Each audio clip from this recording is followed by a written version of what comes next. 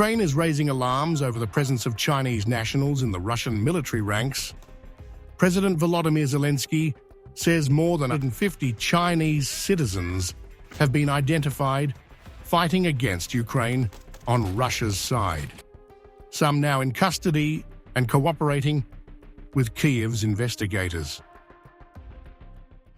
The security service of Ukraine is carrying out the first procedural actions with the captured Chinese citizens. They are in Kyiv. They are communicating with investigators. They are providing information about how they ended up at the front, how they became participants in this international crime, this Russian war against Ukraine. One of the captives, Zhang Ribo, is from Jiangxi province in China. He says this was his very first mission and his first experience in combat.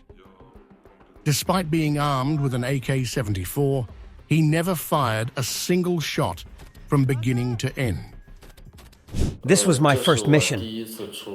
And it was also the first time I experienced combat. I never fired my weapon from beginning to end. I was using an AK-74. The second Chinese soldier, Wang Guangjun, an amateur fighter from Henan, recalls freezing as tear gas filled the bunker until a Ukrainian soldier rushed in and dragged him to safety. He Russians threw tear gas into the bunker. I didn't know tear gas. Then there was this very shallow, choking smoke. I didn't know how to avoid it. I just stood there dumbfounded. I felt like I was about to suffocate. Then a Ukrainian soldier ran back down, grabbed me by the strap and dragged me up. But during the process of being pulled, I lost consciousness. I passed out, just blacked out.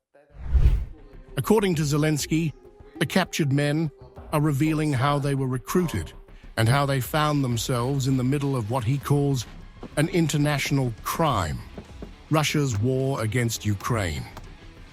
We also have information about other Chinese citizens in the Russian army, with names, surnames, and a description of the specific ways in which such soldiers got into the Russian occupation contingent. The Ukrainian president says much of the recruitment has happened online, through platforms like TikTok.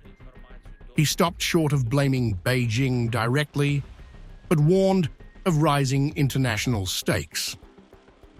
Through diplomatic channels, we will deliver the necessary information to the Chinese side, and of course, to everyone in the world who heard how Beijing said that this war shouldn't be inflamed even more and expand its scale. Involving Chinese citizens in this war is definitely inflaming a larger problem. China has denied the claims, calling them totally unfounded. But Ukraine says it now has names, passports, and even travel records of the alleged recruits, data it plans to share with global partners. The news comes as global powers, including the US, push for a ceasefire in the now 3-year war. Meanwhile, captured fighters are becoming unlikely witnesses in a conflict that continues to expand beyond borders.